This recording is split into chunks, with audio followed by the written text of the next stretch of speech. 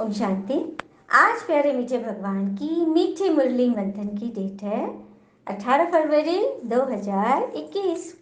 तो आज मीठे मीठे बाबा हमें क्या पढ़ा रहे हैं, हाँ क्या समझा रहे हैं, वो बच्चे हम सुनते हैं। बाबा ने कहा, मीठे बच्चे, सुख देने वाले एक भगवान को याद करो। इस थोड़े समय में योग बल जमा करो तो अंत में बहुत काम आएगा। बाबा कह रहे हैं कि सुख देने वाला भगवान हम आ गए हैं। मतलब भगवान को हम आरतियों में यही गाते हैं ना, दुख हरता सुख करता, सुख देने वाले। तो हम बच्चे उन्हें याद करें, योग बल जमा करें, क्योंकि अंत में यही काम आएगा। योग बल से ही पूरी दुनिया पावन बनेगी। बाहुबल से हम कितनों पे जीत हासिल करेंगे। हाँ, सिकंदर भी आया था, सोचा था अपने बाहुबल से पूरी दुनिया पर राज करेंगे, लेकिन क्या हुआ, अंत में सब कुछ छोड़ कर जाना पड़ा, है ना। तो वही बात है, योग बल से हम खुद भी पवित्र रहेंगे और पूरी दुनिया को बनाएंगे। इसीलिए बाबा कहते हैं कि मैं सुख देने वाला हूँ, तो मेरे बच्चे भी क्या बनेंगे, मास्टर सुखदाता। आप सभी सुखदाता के बच्चे, मास्टर सुखदाता हो। प्रश्न, बेहद के वैरागी बच्चे, तुम्हें कौन सी स्मृति सदा रहनी चाहिए? तो उत्तर, यह हमारा छीछी चोला है, इसे छोड़ वापस घर जाना है। यह स्मृति सदा रहे, पिता और वर्षा याद रहे, दूसरा कुछ भी याद न आए। यह है बेहद का वैराग्य। कर्म करते याद में रहने का ऐसा पुरुषार्थ करना है जो पापों का बोझा सिर से उतर जाए, आत्मा तमो प्रधान से सतो प्रधान बन जाए। क्या कह रहे हैं बाबा? बेहद के बैरागी बच्चे, पहले इसको समझाना चाहूंगे। बैराग माना विरक्ति, किसी चीज से बिल्कुल नापसंदी। हाँ, तो किस चीज से हमें नापसंदी करनी है? अपनी कमी कमजोरियों से उनको हटाना है, परे करना है। तो कौन सी स्मृति रखेंगे तो हम अपनी कमी कमजोरी से ऊपर उठ जाएंगे, आसुरी वृत्ति से ऊपर उठ के दैवी वृत्ति में आएंगे। तो यह समझना कि ये शरीर ये हमें यूज करने के लिए मिला है, ये वस्त्र है, और अब इसे छोड़ करके वापस घर जाना। मतलब आत्मा सोच रही है कि ये शरीर मुझे कर्म करने के लिए मिला है, और अब कर्म से मैंने हटने का, कर्म पूरा होने का समय आ गया है, तो इसे छोड़कर हमें वापस अपने निज ड्रेस, आत्मा के ड्रेस में ऊपर जाना, क्योंकि हमारे पिता आ चुके हैं।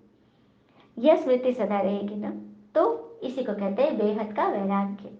मतलब इस शरीर भान से भी ऊपर। तो जब अपना शरीर ही हमें दिखाई दे रहा है, तो सामने वाले का कैसे दिखेगा कि वह देह भान से कुछ बोल रहा है, उल्टा बोल रहा है, कलंक लगा रहा है, झूठ बोल रहा है, ताने दे रहा है, व्यर्थ कर रहा है, कैसे दिखेगा? क्योंकि हम शरीर भान में होते हैं, तभी हमें सामने वाले का भी सब कुछ सुनाई देता है, दिखाई देता है। जब हम आत्मिक स्वरूप में रहेंगे तो हमें ये सब कुछ भी नहीं दिखेगा, और हम सबके लिए अच्छा सोचेंगे, और सामने वाले को भी स्वीकार करेंगे कि वो कितना अच्छा सोच रहा है, कितनी सेवा कर रहा है, उसके बदले हमें भी कुछ देना चाहिए उसको। जैसे एक बार की बात है, एक हजाम था, अच्छा दुकान था, मतलब बढ़िया शॉप वाला था, अच्छा सैलून जो जेंट्स का होता है वो खोले हुए थे। तो उसके पास एक माली पहुंचा, फूल बेचने वाला माली, और लॉकडाउन का समय था। तो वहाँ पहुंचा तो बाल जब कट हुआ, तो बिल जब चुकाने लगा, तो उस नाई ने बोला कि नहीं नहीं, मैं बिल नहीं लूँगा, मतलब मैं पैसे नहीं लूँगा, क्योंकि मैंने 1 महीने ये संकल्प लिया है कि मैं सोशल वर्क करूँगा, और आप तो फूल बेचते हैं, आप तो मेरे मोहल्ले के ही हैं। तो इस लॉकडाउन में आपको कितनी परेशानी हुई होगी, क्योंकि सारी शादियाँ कैंसिल, सारे एंगेजमेंट्स कैंसिल, सारे फंक्शन कैंसिल, आपके फूल तो वैसे ही पड़े, कोई तो खरीदा भी नहीं, तो आप कैसे बिल चुकाओगे? आप उसको अपने ज़रूरत के लिए रखो, और मैं तो सेवा के लिए कर रहा हूँ, तो मुझे नहीं चाहिए आपसे पैसे। और हंसते हुए उस व्यक्ति को विदा किया। तो मालिक तो चला, क्योंकि पैसे लिया ही नहीं। दूसरे दिन जब नाई ने दुकान खोला, तो सामने देखा कि उसके दरवाजे पर गुलाब के फूलों का बड़ा सा गुलदस्ता था, साथ में एक लेटर था, थैंक यू करके। तो वो समझ गया कि ये फूल मुझे किसने भेजे। फिर थोड़ी देर हुआ तो उसकी दुकान पर एक किराना वाला पहुंचा। तो किराना वाले से भी उसने बाल कट किए और पैसा देने लगा, तो कि नहीं लिया। बोला कि नहीं, आपने भी तो इस लॉकडाउन में कितनी मतलब प्रॉब्लम झेले होंगे, और मेरा भी 2 महीना का आपने राशन ऐसे ही दे दिया मेरे विश्वास पर। कितनी मदद की आपने। आपसे तो मैं पैसे कैसे ले सकता हूँ, और वैसे भी मैं 1 महीना की सोशल सर्विस कर रहा हूँ। कटिंग करूंगा, हाँ कुछ चीज़ें वगैरह लगेगी उसके पैसे लूँगा, लेकिन हेयर कट में सिर्फ मेरे हाथ का काम है, उसमें तो कोई चीज़ तो लगा नहीं, मेरा कोई खर्चा तो हुआ नहीं, तो मैं पैसे नहीं लूँगा। उसने बहुत बोला लेकिन नहीं लिया, तो फिर वो भी चला गया। तो दूसरे दिन जब नाई ने दरवाज़ा खोला दुकान खोलने के लिए, तो देखा वहाँ पे 5 किलो का चीनी का पैकेट रखा हुआ था, और साथ में एक थैंक यू कार्ड। तो ये नाई समझ गया कि मुझे किसने भेजा है, बट खुश हुआ, मुस्कुरा दिया, भगवान का शुक्र अदा किया। फिर थोड़ी देर में एक नेताजी आए उसके पास, वो भी महल्ले के ही थे। उनके हेयर कट किया, सेम सिचुएशन। तो वो पैसे देने लगा तो नहीं लिया, बोला मैं सोशल सर्विस कर रहा हूँ। और आप लोग तो करते ही हो, आप लोग तो देश के लिए कितना सोचते हो, आपसे मैं पैसे कैसे ले सकता हूँ। तो बड़ा मुस्कुराया। दूसरे दिन, सुनिए कहानी का क्लाइमेक्स तो यहाँ पे है। दूसरे दिन जो नाई ने दरवाजा खोला तो देखा कि वहां पे 12 नेता और खड़े थे। आई बात समझ में, फर्क होता है। हाँ, मैं ऐसा नहीं कह रही कि सारे लोग ऐसे ही होंगे, लेकिन मेजॉरिटी, जब जब राजनीति में हम घुसते हैं ना, किसी भी चीज की राजनीति, या फिर घर की हो, समाज की हो, देश की हो, विदेश की हो, उसमें यदि हम गलत रास्ता पे चल देंगे ना, तो हम गलत ही सोचेंगे। कहते हैं राजनीति में न किसी का भाई होता है, न किसी की बहन, न पिता, तो ये सबके लिए नहीं होता है। लेकिन कहानी हमें साथ ये सिखा रहा है कि जो हमारी मदद कर रहा है उसकी हम भी मदद करें, जैसे कि उन दोनों ने किया था। हुँ? तो आत्मा तमो प्रधान थी, तो उसको सतो प्रधान बनाने के लिए, ताकि हम उस नाई को गिफ्ट देते, उस वो एक अच्छा काम कर रहा तो हम उसको प्रोत्साहन देते, ये नहीं कि हम और ही ले आते कि इनके भी मुफ्त में बाल काटो। तो यही बात है, दुनिया कैसी मतलब अंधकार में चली गई है, सोच कहाँ पहुंच गई है। तो उस सोच से बाबा हमें वैराग्य दिला रहे हैं। कल भी बाबा ने बोला था ना कि मैं तुम्हें शूद्र से ब्राह्मण बना रहा हूँ। तो ब्राह्मण जो बनेंगे ना, तो इन सब सोचों से बिल्कुल ऊपर। अच्छा, मीठे मीठे बच्चों प्रति भगवान की नमस्ते।